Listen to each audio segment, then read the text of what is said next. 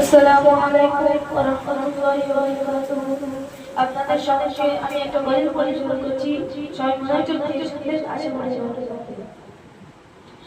মা আমিনার বাংলা ঘরে নূর ঝরে যায়, মা আমিনার বাংলা ঘরে নূর ঝরে যায়।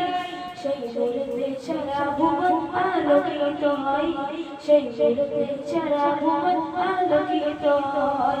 মা আমিনার বাংলা ঘরে নূর ঝরে যায়, মা আমিনার বাংলা ঘরে নূর ঝরে যায়। সেই নূরেতে সারা ভুবন আলোকিত হয়, সেই নূরেতে সারা